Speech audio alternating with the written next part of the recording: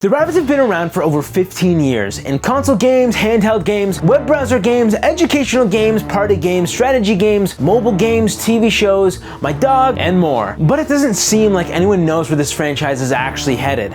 Even though the Rabbids are wildly popular, what's next? These video game characters are the minions of the video game world, only less yellow, yet somehow more annoying with all their yelling and gibberish. They are dumb yet entertaining, can be quite funny, and can give me a true LOL at times. But since I've been looking into the series, it makes me gotta know, why do Rabbids still exist? I don't actually know. I don't even think their developer Ubisoft knows. So let's take a look at this long-running series in depth and if they're even relevant anymore. The Rabbids started out as a spin-off to the Rayman series. Their first few games even had Rayman in the title. To me, the Rabbids have always felt kind of spin-offy in the first place. I've always had fun with the Rabbids games growing up, but it definitely felt like this series would be left on previous console generations. And in the discount bin at Walmart alongside M&M's Kart Racing and Ninja Bread Man on Wii. The Rabbids were created to be the antagonist of the upcoming Rayman 4 game, which had trailers and small amounts of gameplay shown off. At some point, Ubisoft decided to scrap that idea entirely and just make a game about the Rabbids themselves, yet somehow still decided to make a Hooters road trip. Rayman Raving Rabbids would be a minigame collection with 75 minigames and would be set to be released in 2006, first for the Wii, then on PlayStation, Windows, Xbox in the following year, and then finally released on Wii U in 2017. But much like everything else on the Wii U, nobody seemed to notice that. There was even a Raving Rabbids game on the Game Boy Advance and DS. This game wouldn't follow the established minigame format of the previous games, but more of what they had originally planned for the console version. These handheld counterparts are 2D platformers with Rayman as a protagonist. These games weren't the same either, the Game Boy Advance version being a pixelated 2D adventure, which had the Rabbids being a main villain like they were originally meant to be, and the DS being a 2D platformer with 3D graphics, with a few mini-games. Both the console and handheld versions were a success. So they made another game just like that, but 1 year later, called Rayman Raving Rabbids 2. This game was fairly similar to the first game, but this time having more focus on multiplayer and the fact that the Rabbids are invading the Earth. Also this time around, the DS version was a full mini-game instead of a 2D platformer. And as time progressed, these stupid Rabbids would start pumping out games fast pace, even by Ubisoft standards. Following the launch of 2007's Rayman Raving Rabbids 2 game, Rayman Raving Rabbids TV Party would be released in 2008, which was once again a bunch of mini-games. Also having a handheld DS counterpart, which is just again more of the same. Are you sensing a pattern here? There was even old Nokia phone mobile games. Rayman Rabbids 1, 2, and TV Party all seem to have these Java versions. Though I couldn't find much information about it, it'd be interesting to learn more, so please, if you have any information, let me know in the comments. Let's not forget about Rayman Kart. Rayman Kart is a spin-off game developed exclusively for certain mobile games, and was published by Gameloft in 2007. It is the first Rayman go-kart racer. I had to bring it up because it involves our dumb little friends. A year later, the Raving Rabbids IP would become so successful, the developers didn't feel like they needed the power of Rayman's name to drive sales anymore. Sorry, Rayman. So in 2009, Ubisoft released Raving Rabbids Go Home, finally breaking off Rayman from the game's title. I remember this game being great on Wii, but having a terrible DS version. The Wii version was a game where you'd play as the Rabbids in a shopping cart, collecting stuff, going through missions and solving neat puzzles while having a massive cart full of just junk, for the main objective of helping the Rabbids create a pile that stretches to the moon. Have we seen something like this before? Little annoying mini-y things trying to get to the moon? I'm looking at you, Despicable Me. Which actually came out after this game, which also has minion things trying to collect the moon, or at least try to get to the moon. It looks like Universal Studios was caught copying Ubisoft's homework for this one. The DS version of this game was a 2D puzzle game where you would try and get the Rabbids in a shopping cart into the toilet. The only one that's puzzled here is me. This was just dumb, and obviously rushed so that they could cash in on a crappy DS version. At the beginning of 2010, there was a brand new smartphone experience. You could download Rabbids Go Phone, obviously adding a twist to the Go Home name.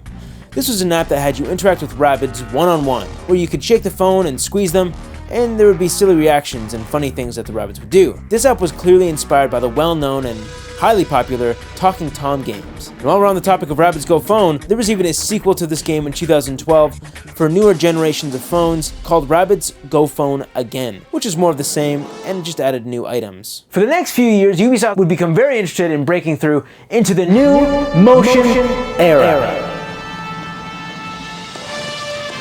Utilizing the Wii's new remote, with the addition of 2010's Rabbids Travel in Time now featuring the Wii Motion Plus, you can control planes and play specific mini-games that showed off the power of the new gyro features of this remote. And in 2011, this game also had a 3D counterpart, which was an entirely different game. The 3DS version was a 2D platformer, and of course was in 3D. This version was creatively titled as Rabbids Travel in Time 3D in North America, and simply Rabbids 3D in Europe. To continue the motion era, on Xbox 360 Connect with Raving Rabbids Alive and Kicking in 2011. This game was played on the new Xbox 360 Connect, which was some pretty crazy tech for the time, using a camera to track your body while playing minigames. This game was pretty decent and used the camera as you would expect. Sometimes it would be a little off and non-responsive, but it was quite fun cracking it out and seeing how dumb I looked on those stupid post-game pictures. Ugh.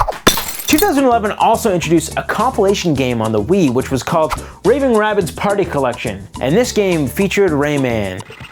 Oh, look who's back. Look who's back. Hey there, little guy. Hey, Rayman. How's it going, man? This game included the full game of Rabbids, Rabbids 2, and Rabbids TV Party, all on one disc. Yay!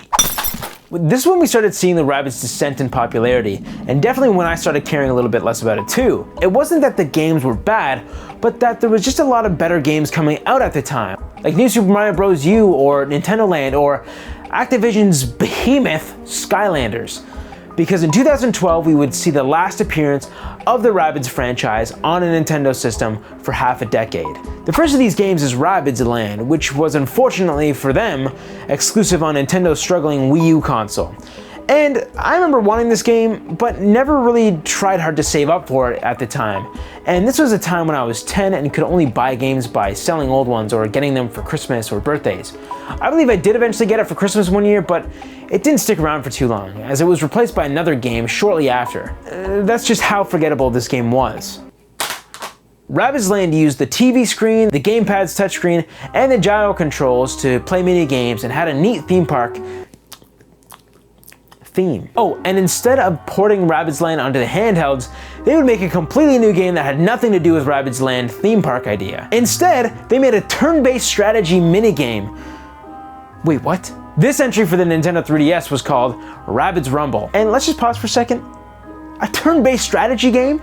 This was so unlike the Rabbids franchise to do. And I remember playing this game when it released and dropping it faster than Netflix is losing their subscriptions because it was so different from what I wanted from a Rabbids game. And it wasn't just me, this game got a measly 59 score on Metacritic. That's worse than Secret Agent Barbie Royal Jewels mission on the Game Boy Advance. This was the turning point where things started to get very rocky for the Rabbids franchise. It seemed like Ubisoft had no idea where they wanted to take these screaming balls of fur. And this was when Rabbids spewed onto mobile devices. The first mobile game was Rabbids Big Bang in 2013. I tried finding this game on the Apple App Store, but this game is no longer available for download, or at least not easy to find, but that's probably for the best. I'm also using the Canadian App Store, so we might not have it up here. Eh? But at least we have Big Chungus Rampage. Rabbids Big Bang made a decent sized bang when it hit the app stores. In this game, you will have to complete 150 missions through space and can upgrade your Rabbids. 2013 was also the year of Rabbids Invasion. What's Rabbids Invasion? Well, it's an animated series with 4 seasons that went on for 4 full years and is technically still going on. The first 3 seasons were aired on Nickelodeon, and each season had 24 half-hour episodes. The 4th season was announced in the summer of 2018 and would be released on Netflix. And the most recent, in February 2022, they released a Netflix original film called Rabbids Invasion Special Mission to Mars. So yeah, it's official. The Rabbids are everywhere, on every platform. You can't get rid of them. And while we're on the topic of Rabbids Invasion, it also had an interactive video game, which followed episodes of the TV show with mini games as the story progressed. It was clear they wanted this franchise to become huge in the kids market, selling toys, video games, TV shows, all of it. And, well, they did. Rabbids were everywhere, but also that was sort of the problem. You couldn't escape them.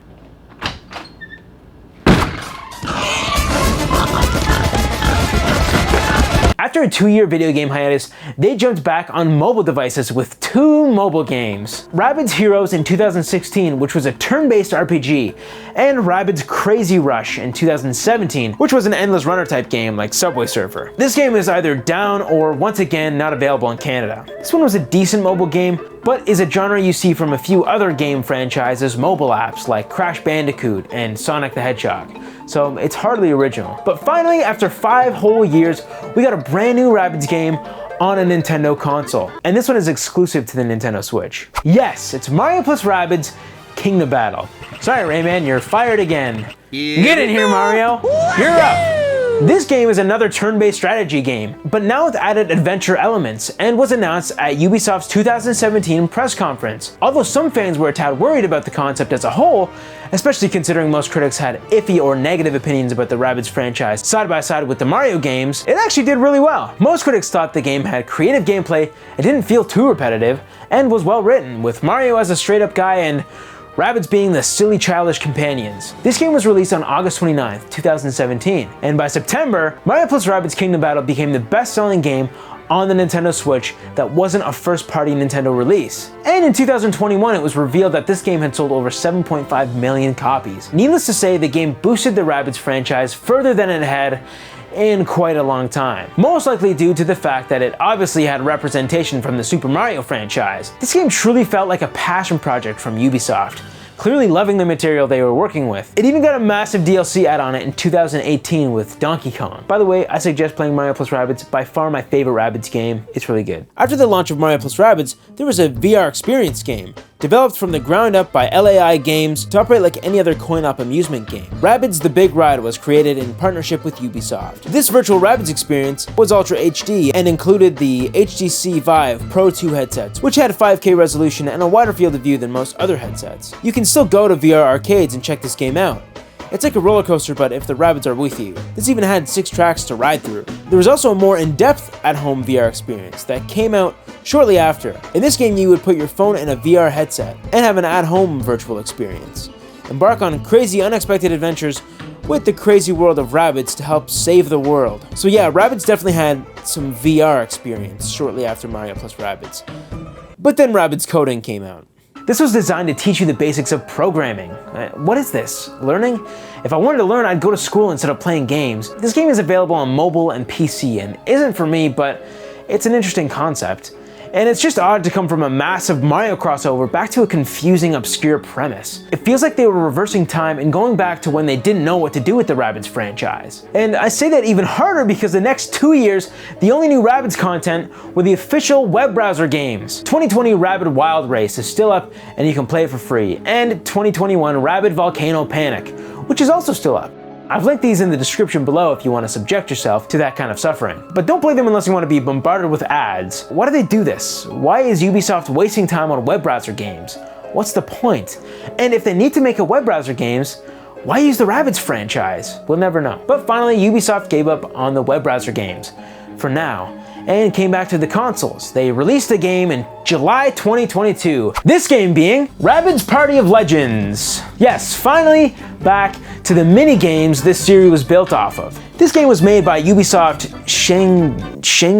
Chengdu Studios, their studio in China, and was eventually translated to English due to high fan demand. This is the first mainline Rabbids party game in 10 years since Rabbids Land on Wii U. Also brushing aside Rabbids Interactive because that doesn't count. And it's also the first Rabbids game to be on current gen consoles like PS5 and Xbox. This game remastered some old mini games from the series and also added some new ones. Though this game is quite great and has a breath of fresh air for this series, I wouldn't have even known this game was coming out if it wasn't for the fact I keep up with gaming news. I saw no advertisements for this game, and not many people talked about it. So far, that's everything the Rabbids have been up to. And we also know that Rabbids are coming back on the Nintendo Switch, with Mario plus Rabbids Sparks of Hope later this year. I think everyone has high hopes for this game, and it seems to me the last chance that Rabbids have to make a splash on the market. It's also cool to see 2 Rabbids games coming out in 1 year. Though realistically I'm sure they aren't going anywhere, it's hard to know what's in store for the future of the Rabbids. Due to the randomness in the franchise from the past, we don't know what to expect exactly from Ubisoft going forward. I really want to see a new solo Rabbids game with pure passion built into it, like another Rabbids Go Home, where it's not a party game but it's an actual story-driven kind of game. Or maybe something going back to their Rayman roots, like some sort of 3D platform or something like that. Rabbids are full of unknowns, and with the Rabbids being over 15 years old, I still don't know what Rabbids are trying to do, or who the main audience is. But I think it's probably because Ubisoft doesn't know either. Do you think we'll see new ideas being born from this franchise, or what would you like to see from the Rabbids franchise if you still care about them? Anyways, let me know all that in the comments, and you can click here to see another video, and don't forget to subscribe by clicking here. I hope to see you in the next one. See you later.